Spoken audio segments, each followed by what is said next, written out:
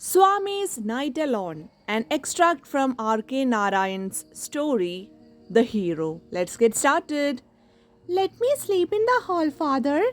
Your office room is very dusty, and there may be scorpions behind your law books.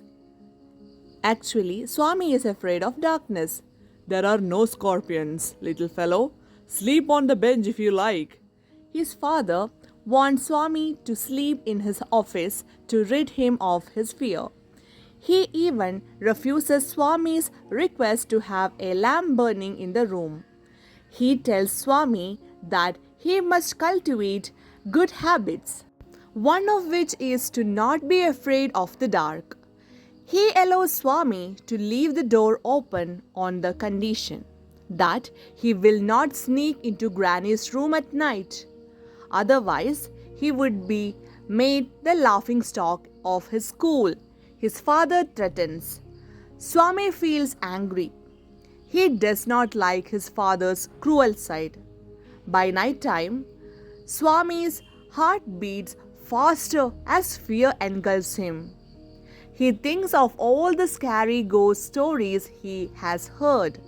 He can hear all kinds of noises, the tickling of the clock, the rustle of trees, and the humming of insects.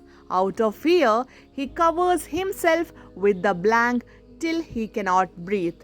Each moment, he expects the devils to carry him away, as he had heard in rumors and stories. Scared, he shifts under the safety of the bench. When he finally falls asleep, nightmares disturb him. In his nightmare, he is chased by a tiger. The nightmare seems to continue forever. Agonized and desperate, Swami finally opens his eyes. He reaches out to touch his granny, only to touch the wooden bench.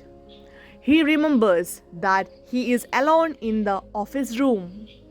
Swami hears something rustling and his fear increases. He stares into darkness before realizing that something is moving indeed.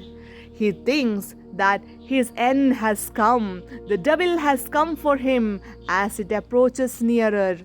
Swami crawls out and hugs the devil with all his might to overpower him. He bites the devil as if his teeth were a mortal weapon. What follows is an unknown, agonized cry. Something has bitten me! Hearing the commotion, Swami's father, cook, and a servant rush to the office to find a burglar lying on the floor with a bleeding ankle. The next day, it is found out that Swami has helped catch one of the most notorious housebreakers of the district.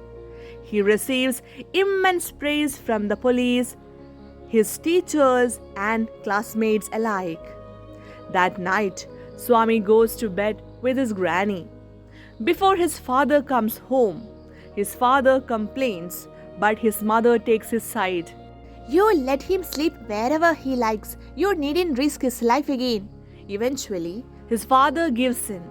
Swami, who has been listening to the conversation from under the blanket, is pleased that his father has given up.